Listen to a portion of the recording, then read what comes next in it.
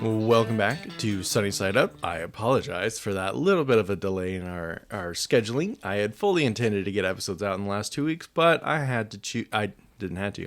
I willingly chose to put the honeymoon ahead of this, and that's where we've been the last 2 weekends, is our honeymoon. So, Faith, how you feeling this morning? Good. A little tired. Okay.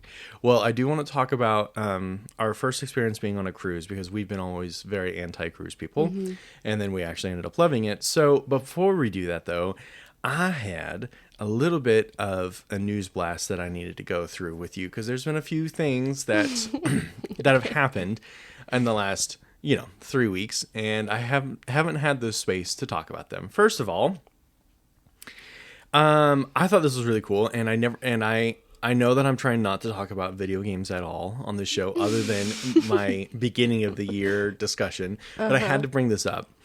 A U.S. women's nationals team coach by the name of Emma Hayes is giving Female Football Manager 26, which is a video game, but Football Manager 2026 is a video game, and she is giving female players scholarships to get their coaching licenses, and all they have to do is unlock the first victory achievement in this game. Wow. And I thought it was really cool, because she's like, this is to address the severe lack of female coaches in professional football. For the Americans out here, we're talking about soccer. And so this is a global thing too. They're trying to get women everywhere to play this game, to unlock this and all you have to do is beat one online player versus player match to get this first victory achievement. I think it's ranked, maybe not. I can't remember on that part, but get those achievement and you get a scholarship. How cool is that? That is pretty cool. And I think it runs through most of this month, most of December. But I was just like, now that is how you can really involve achievements and some really cool stuff like that. I like that. Second all, this is I have some sounds that I absolutely need to play, and oh no, it's a little quiet. I'm gonna turn this volume up a little bit, and then and did you hear it though? Do you need me to replay it? I think I need you to replay it. Oh, okay. Chevron 7, lock. Here we go.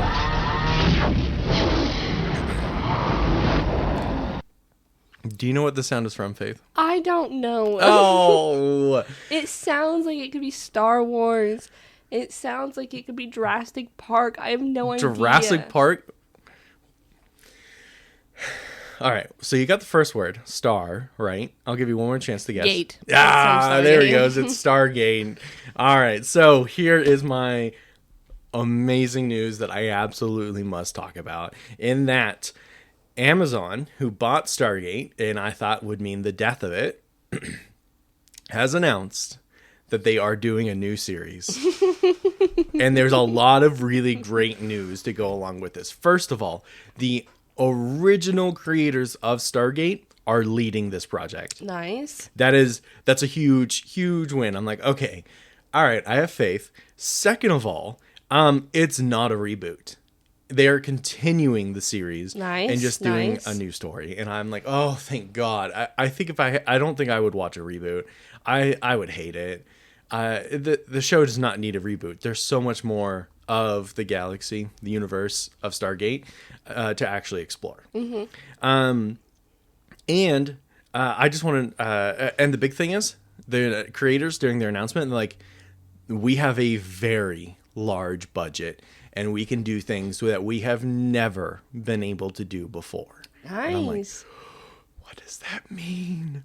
What do we get to see? I'm so excited about this. So it's been 14 years since Stargate was airing, and now we finally get a new series. And I think it's probably not going to come out to 2027, right? Or it could be like a winter 2026 thing. There's been no announcement whatsoever. I have no idea what stage of the production they're at, because they're not saying it, but it was very cool. And what I really, really loved is, so there's a website and podcasts and a couple of community spaces called Gate World.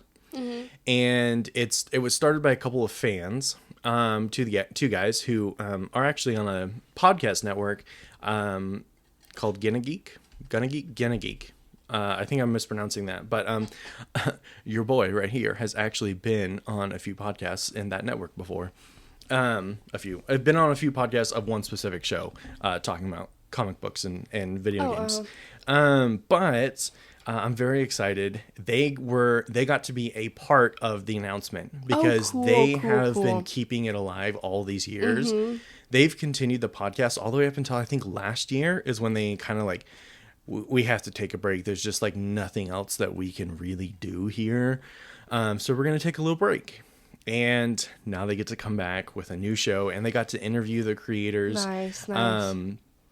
About like get a few like little tidbits out, which is basically what I just shared. They really didn't get to have much. They're like, we can't say anything, but they did say that Gate World was going to have a lot of access to what's coming up and the actors and stuff, because they interview the actors and the like props people and everything. So they've done a lot of work to keep the love of Stargate alive. And no, that's pretty cool that they got to be a part of it. And they got to be pulled in for the announcement. I'm like, that'd be such an insane honor to be like recognized and like, hey, much of the reason that this fandom is as strong as it is because you guys help keep the keep the spirit alive. And so I just thought it was really, really cool. And I loved it. And I'm just so damn excited. I need a little bit of information.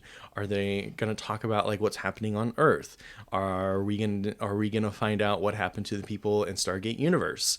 Because those guys are stuck on a ship that won't stop jumping to a new location. So like that jumps to a new part of the universe, and you've got like, I don't know, you've got like 24 hours or whatever to explore what's around you and grab resources. And then you got to get back on the ship before the ship's gone forever.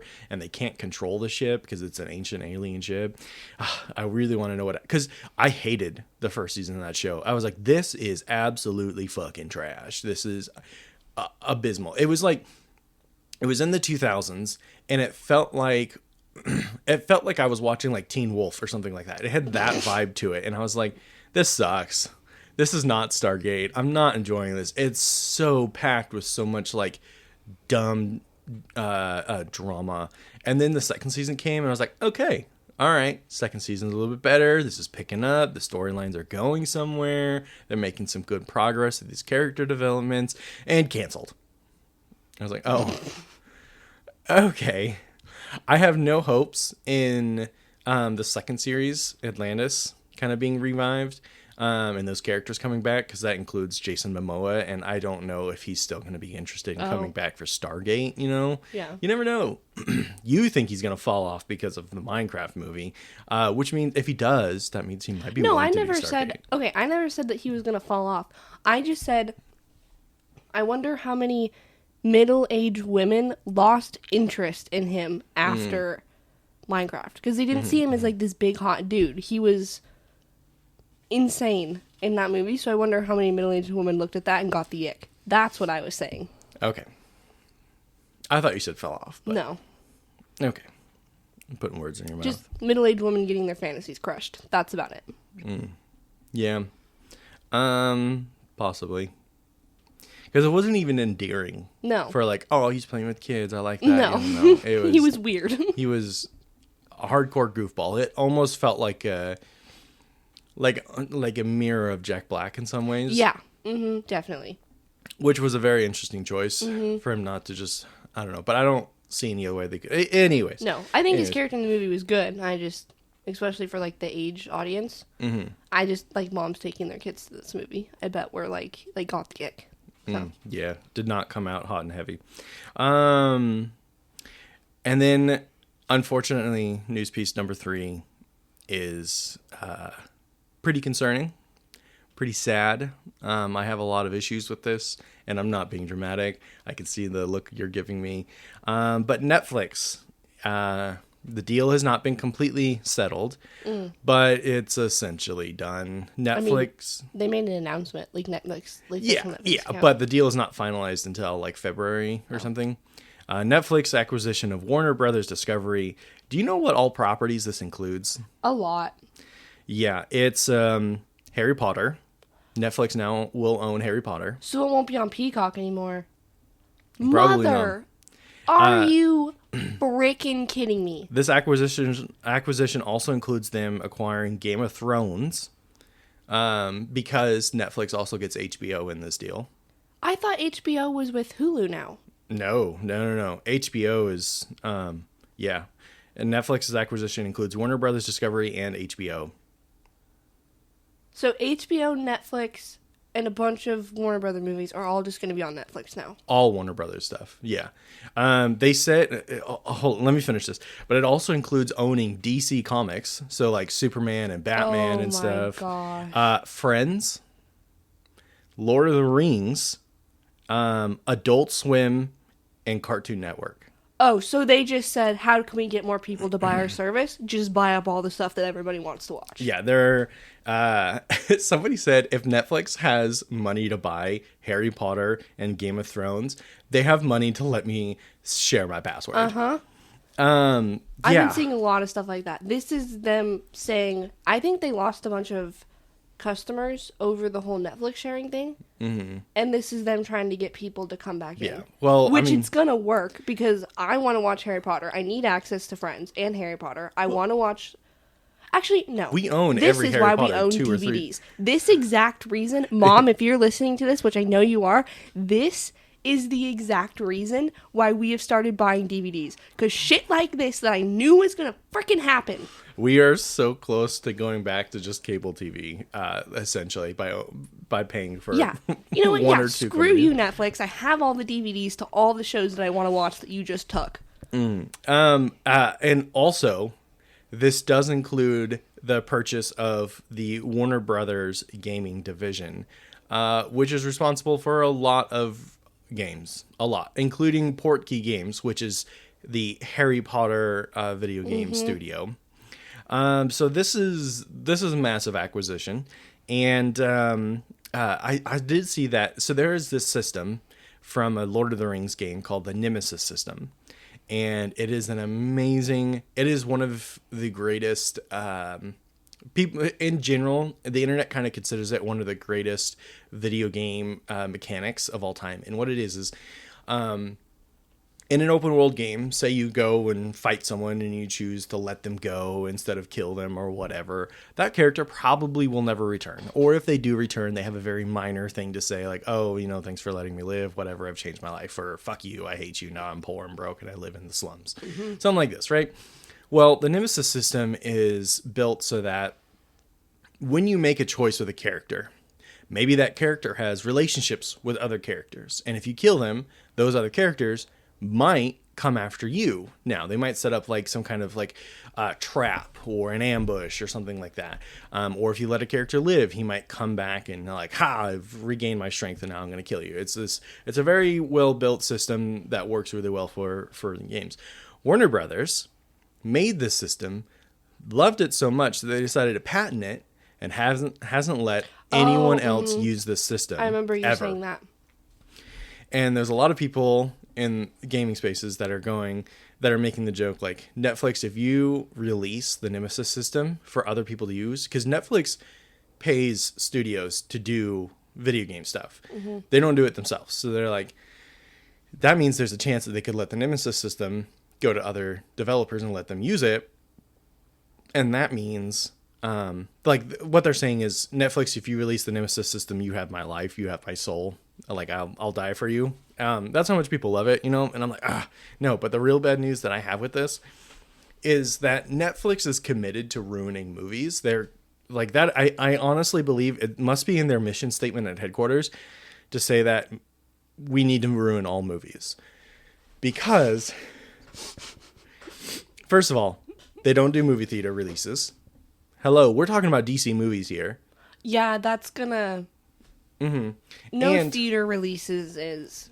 like, this could be a major slit to the throat for movie theaters. Oh, definitely. If they own Warner Brothers and all the DC, then yeah.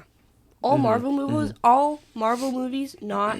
Wait, DC isn't Marvel, right? No. Okay, no. Marvel movies will still be in theaters. Yeah, but like, that's Disney. Disney owns Marvel. But like any of the new Superman movies, not being in theaters... is insane. Is insane. Yeah, and my the second prong of this that I really hate about Netflix acquiring it is that Netflix movies are written for, this is very well known and publicized, and Netflix has admitted to it. Netflix writes movies. It's a mandate that you have to write movies so that people playing on their phones don't have to pay attention and they can still get the plot. So they just explicitly tell you everything. And it's so goddamn annoying watching a Netflix movie because they will just over explain what they are about to do, what they are doing, and what they just did, so that you can just play on your phone and still know what's going on with the plot. And I fucking hate that. It's so mind numbing to sit there and have them explain everything to you. And it just kills any movie by Netflix for me, because that's how they, and now I'm like, could you imagine them doing that with all of these other movies now? Like, it's their mandate. Like, they say all movies have to be written that way. And I won't be surprised if they force that on. Imagine sitting there watching Game of Thrones and they're just over explaining everything they're doing. And it's no longer like this mysterious court politics. What's this guy doing? No, they're just going to straight up fucking tell you, oh yeah, I'm plotting to kill the king and queen. You know, like stuff like that. And I'm like, do we need that? No, we don't. I don't know how well this is going to go. There's going to be, like I said, I think, here's the thing. It's either going to like bring a lot of people in because of all the like movies and TV shows I now own that'll be there, or it's gonna make people start buying DVDs like we've been doing. I mean, that's already been a very quickly growing. Yeah, and I think this is just gonna like set that in motion even more. Yeah, when people are gonna realize, okay, if Netflix is doing this, how long until like another streaming service does this too? And they're just gonna like, I don't know. I think it's gonna be one of those two ways. Yeah, I think no matter how you slice it, this is a bad deal for the movie industry. It's a bad deal for consumers. Yeah. Not Netflix. Netflix probably having a grand old time right now. Yeah, they're probably very excited. I have heard also there's been reports of multiple big directors going to Netflix headquarters and like already doing advocacy work to try and preserve the franchises that they have built, and like Christopher Nolan and stuff, and they're like, don't ruin it, please tell us what your plans are. But they're already canceling stuff. They're already saying like, that's gonna be canceled, we're doing this, we're doing that, and like, this sucks. Yeah, I'm not looking forward to this at all. No. Well, I'm gonna go back to their Instagram post that they posted, and I want to see what the comments are like.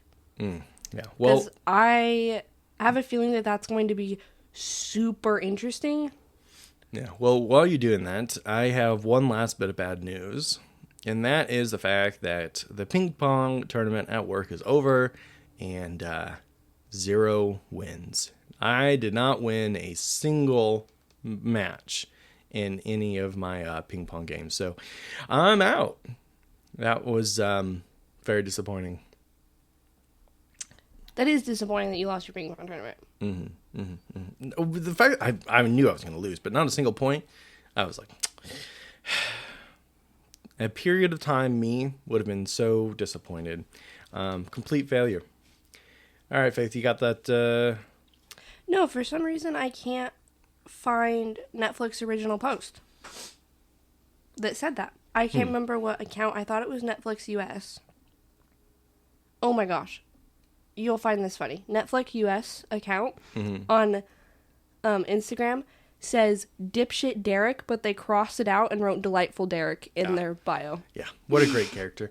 If you have not seen Stranger Things yet, this is, I didn't expect this, but it has become the best season of Stranger Things. If you, the beginning of the movie, or beginning, I mean, each episode is basically a movie length time. It's insane. The runtime on these episodes is crazy, but it feels like Red Dawn. If you are familiar with that 1980s good movie, it's like Russians invading the U.S. and a couple of high school students start a resistance effort from the mountains and stuff.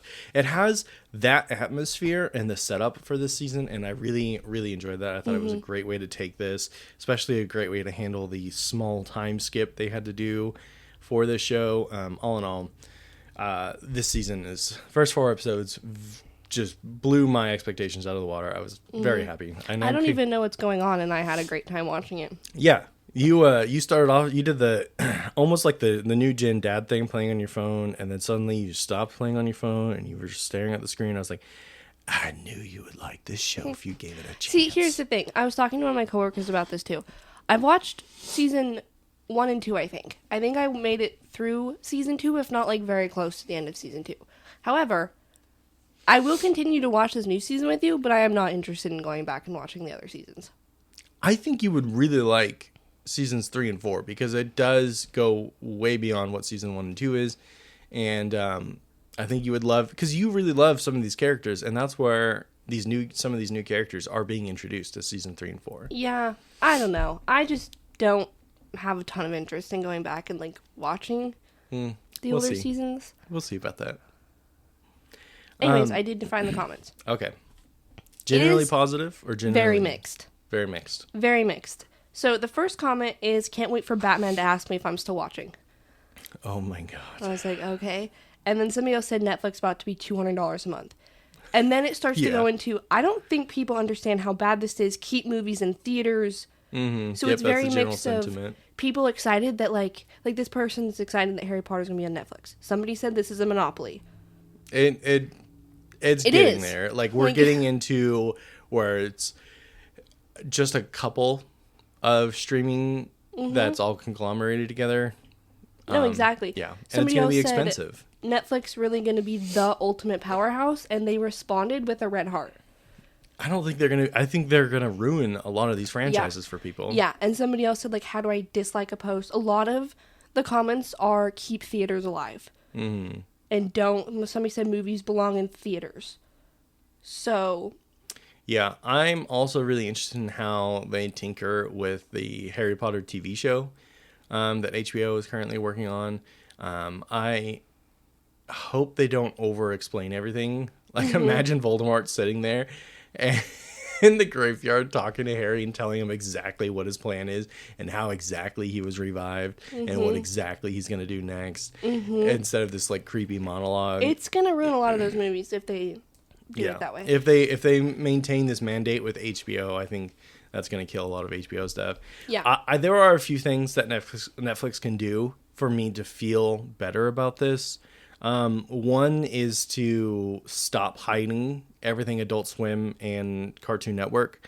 Bring that stuff back. HBO got rid of all of it when they acquired Cartoon Network. It wasn't Cartoon Network, it was Boomerang. Boomerang. I'm pretty sure this is going to include Boomerang. Because I can't tell you, that, again, we're just going to circle back to this. This is why you buy DVDs and physical copies. We had a subscription to Boomerang. Like, it was its own app. We had a subscription because all of the Scooby-Doo movies were on there. All of the cartoons, everything Boomerang owned was on Boomerang. And we had a great time with it. It was like $5 a month. Loved it.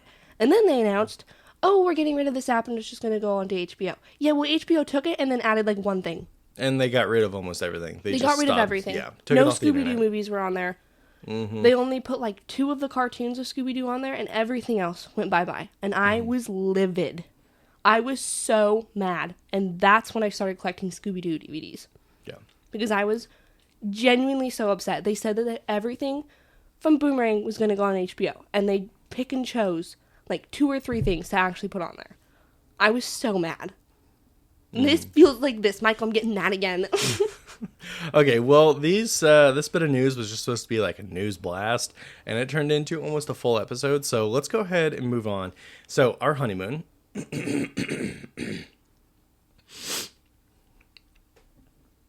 We did a cruise, but before we did that, I had we went to New Orleans, and do you know who the home of New Orleans is? Like who has? Do you know what I'm saying? You know what I'm saying? Netflix is home. Netflix. New Orleans is home to who? Who do you think? A lot of great people. That's well, this is the person I was most excited about Michael. visiting. Tiana. Gambit, mon ami. Remember it. Gambit is my number one. Do you know who Gambit is? No. No. Okay. Gambit is my number one favorite X-Men. Okay. And his I home. would never have guessed that. I know. I was setting you up for failure. But Gambit is my number one favorite X-Men. I adore him. I've loved pretty much every iteration and every bit of content that they've allowed Gambit to be in. He's just a great character. I love his abilities. Smooth talker.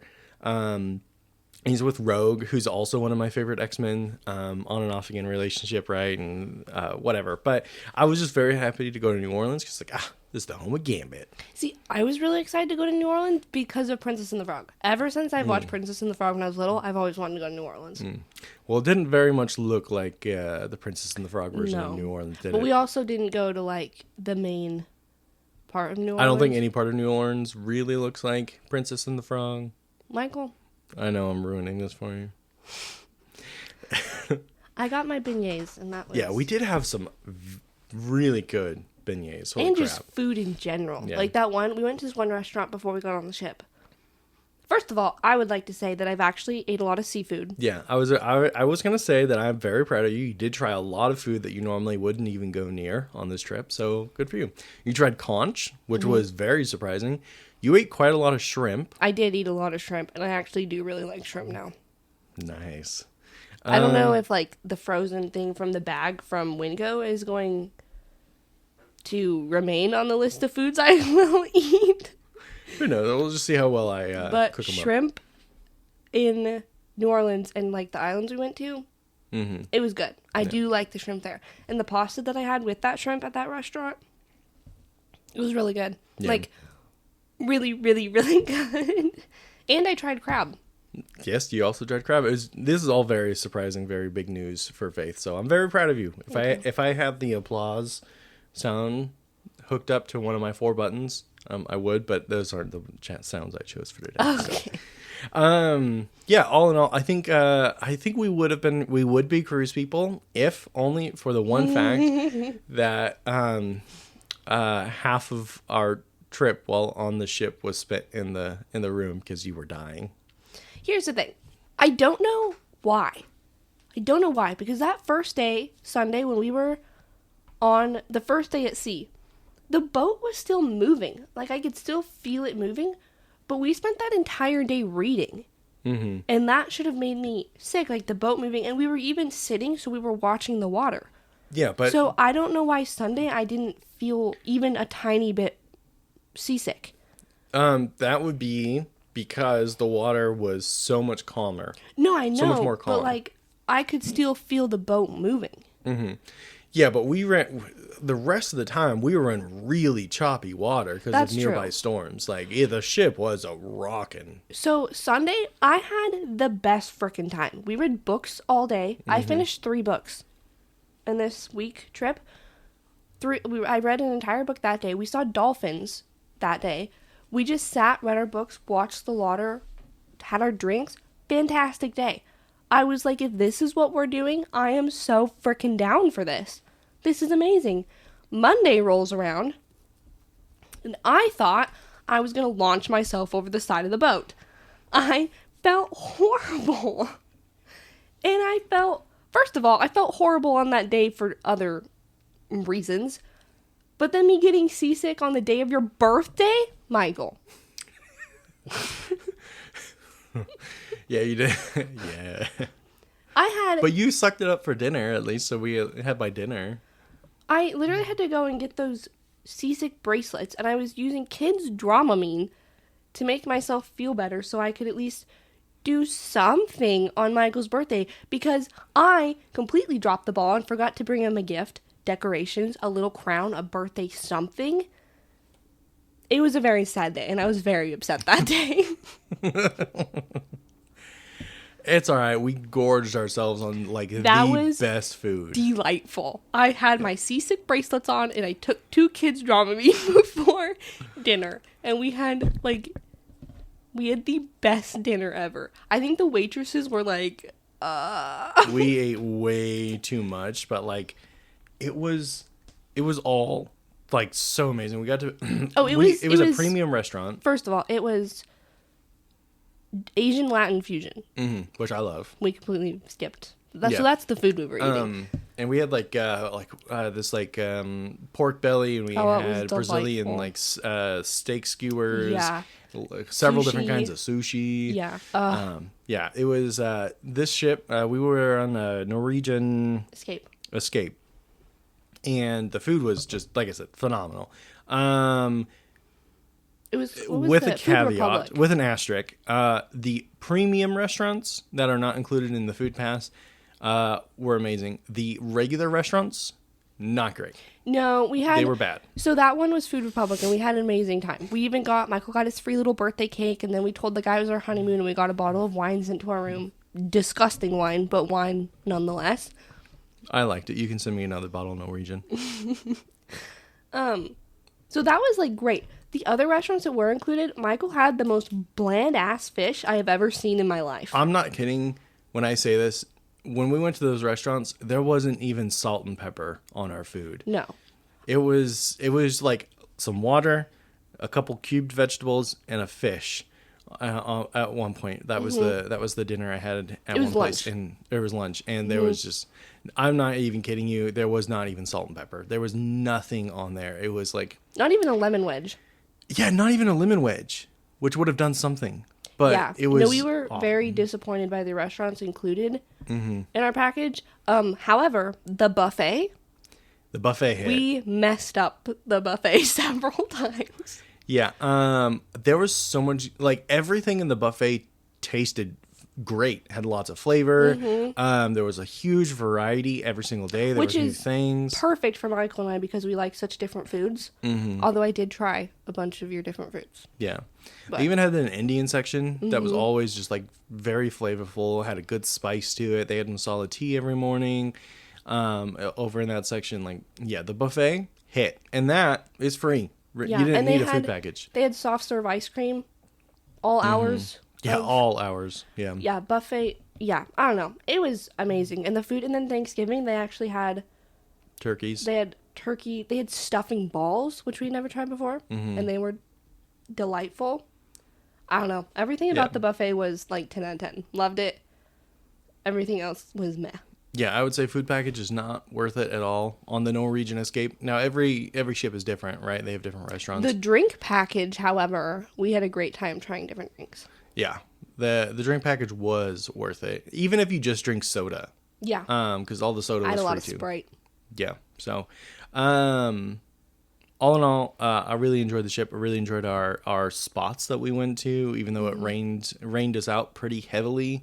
The one day we paid for a beach VIP experience. Which was like a bummer, but at the same time, I was not mad about that because it was still like a warmish rain. So you can still kind of be in the water. And it was nice. It was kind of a bummer that was the day, but I don't think I would have wanted to do that on any other island we went to. I would agree. Mainly because half of that experience to me was the little like tour we got on the way to where we were going. We had this guy on our bus. This is on Roatan, by the way, a semi-autonomous island off of the coast of Honduras. Yeah. So we got there and we got on a bus. We went to like the other side of the island, which, first of all, if you get car sick, I don't think I would recommend. No speed limits and no stop signs on the island. They don't really have traffic rules. They just do whatever they want.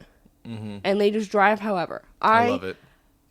I was stressed out driving in Seattle. Let me tell you how hard I was gripping this seat. And the guy was like, if the driver's not worried, then you don't need to be worried. And I was like, okay. Anyways, the whole time to the island, which was like a 45 minute drive, Michael? Yeah. Something like that. He like just gave us facts about the island and just like how they live, like the whole entire time. He like didn't stop talking, and it was delightful because one, it distracted me from feeling horrible on that bumpy, chaotic road. And second of all, it was just so interesting. We actually got like a little bit of history and like how they live, and I thought that was really great. And was like part of the experience that I also really loved. So, and we got to see almost like a good portion of this island, I feel like. You know? Yeah. I also really enjoyed that we had kind of a technology / world detox. You know, we had a week away from current news and the world and everything. That's not entirely true because you kept putting the news on. Yeah, well, I got morbidly curious once I found out the TV worked. The one thing I would say is I didn't like literally every time you turned around, you were being told to download and use the app, and I was like, I don't want to use my phone at all on this trip. Stop telling me to use this app. I don't want it. Did download the app, it didn't work. Well, there was like an internet connection you could use specifically for the app or something like that. But anyways, I didn't want it. I wanted a tech detox for the week. I did not want to touch my phone. And they just, every time you turned around, they were hounding you to use the app. And I'm like, no, I don't want to. So I think that was my biggest frustrator, was just constantly being told about this app. My biggest frustrator was getting off the damn ship. Oh, yeah, that was brutal. That was... And I would have thought that they would have a way better process than that. That was chaotic and insane. Yeah, it just wasn't in general safe. Like, everyone was packed into sardines, like flights of stairs going up. And maybe every few minutes you would take like half a step forward. It was insane. They should have done that, like, even if you were carrying your own bags off, and like, okay, this floor, you can come down now. This floor, you can come down now. That would have been much better. Because it was, what, 12, 14, 15 floors of people trying to get off the ship at one time. It was insane. Well, I think the living was only 4 through 12. Okay, so 4 through 12, but that's still a lot of people. To put it in easier perspective, it was like 5,200 people or something like that. Yeah, it was a lot of people trying to get off the ship at once. It was so chaotic. Families were getting split apart because everybody was just trying to shove their way down the stairs. Like, I overheard 2 moms saying that they lost their kids. There was a bunch of a guy screaming or like yelling like directions and stuff, but he was like, if you lost this, I have it. If you lost this, I have it. So people were losing things, losing their children, and like being pulled apart from their families because everybody's trying to get down these stairs. It was chaotic. Very chaotic. But yeah. I want to be cognizant of the time. We're hitting 40 minutes. But I think we covered the honeymoon pretty well. I really enjoyed it. Things to be improved, but also it was in general just great. And I would say that, like, look at the ports of where you're going. 'Cause I think there was a couple, if we would have, like, seen kind of where we were going, I think we would have planned a little bit better. We knew where we were going. What are you talking about? No, like, what the ports were going to look like. Like, the first day, we had access to, like, the beach and the pool and, like, yeah, if we knew what to expect from the locations. Like Belize, you get off and it's just a tiny little island, and all you can do is pay for an activity on or off the island, and then sit on the beach. There really wasn't anything else. Was nice. I did enjoy sitting on the beach and laying by the, like, well, we didn't really get to lay by the pool because that was packed. But, like, laying on the beach and, like, in the water and stuff and, like, just walking around the island, that was fun. Because there was, like, a little bit more to do than when we got to, like, when we got to Roatan. Because we had the activity, we could leave that tiny little, like, marketplace. But if you didn't have an activity, like, that's kind of all you were able to do. Yeah. Unless you, like, got somebody to, like, drive you to a beach. That's kind of all you had to do. Same with, like, Cozumel. Kind of all you had to do. If you didn't book something, you were kind of just in that little area. Cozumel. So I think if we would have been a little bit more aware of that, I think we would have planned a little better. Yeah. You know? So just things like that. Anyways, moving on. Yeah. Well, I have just like one last thing to say. We're coming up on the end of the year, like lightning fast. I was thinking about this episode the other day, and I was like, oh my god, fuck! It's already, coming up on the end of the first week of December. January's going to be here real soon, and I still need to sit down and figure out next year's content plan. Like, I haven't really figured out what's next, like what's on the plan for this podcast. Where am I going with the food channel? And I need to sit down with the 2 new guys that are going to be joining me in Purple Elephant, the production studio that I created that owns all of this stuff. I have some people joining me in the next year, and I'm very excited about that expansion. Not including me.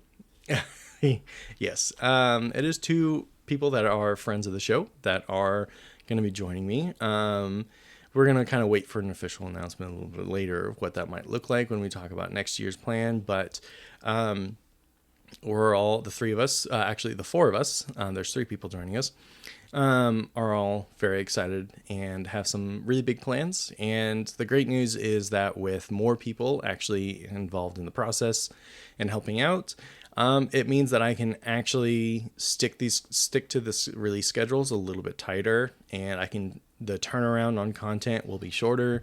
And we have some bigger productions in line for next year, and we still need to sit down and finalize what we're looking at getting out next year. But I'm very excited in that things are growing, and I've got some new people with me, so very excited about what's coming up next. But with that, we'll go ahead and wrap it up with our recommendations. My first one is a little... Hey! He's Buckaroo Banzai! Get him! So I've realized I just had to play Buckaroo Banzai. The sound I had to. I apologize. It doesn't even really fit in there organically, but I don't care. I really want to do Buckaroo Banzai. I was putting together the Letterboxd account, and I was like, I know that I've recommended movies like this, like Buckaroo Banzai, but it's not listed anywhere in the show notes of the previous episodes. I went through every episode, making sure I collected every movie, and then I realized it's because I did that huge, long-ass movie episode with a prior guest where we talked about all of our favorite like cult classics and weird movies and stuff like that. And I realized the reason I feel this way is because I talked about so many movies in that, and then I had to decide, do I have to re-listen to that entire episode and mark down every single movie I talked about? And I'm like, no, because they're not like this official end of episode recommendation. So even though I've talked about Buckaroo Banzai extensively, I've never actually put it as my official end of the episode movie recommendation. So that's what I'm doing today. Buckaroo Banzai is a fantastic movie from the 80s. Has a really well done cast. If you're a fan of movies like Doctor Who, or any kind of like 80s sci-fi stuff, you'll love Buckaroo Banzai. The cast includes like cowboys and scientists and like soldiers and all sorts of different tropes of movies, like character tropes. All of them are people that Buckaroo Banzai has recruited to his little club from around the world, and they help him in fighting creatures from the 8th dimension. It's a fantastic movie. Very weird, very enjoyable, start to finish. It is very weird. Yeah. I appreciate that you watched it, though.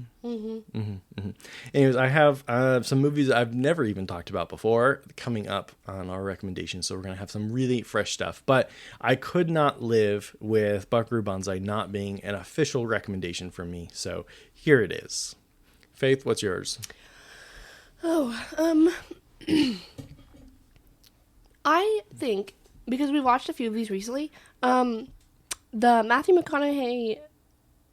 Matthew McConaughey rom-coms you've been showing me. Because for some reason... Any of his rom-coms from 2000s? Yeah, for some reason I haven't seen a lot of them.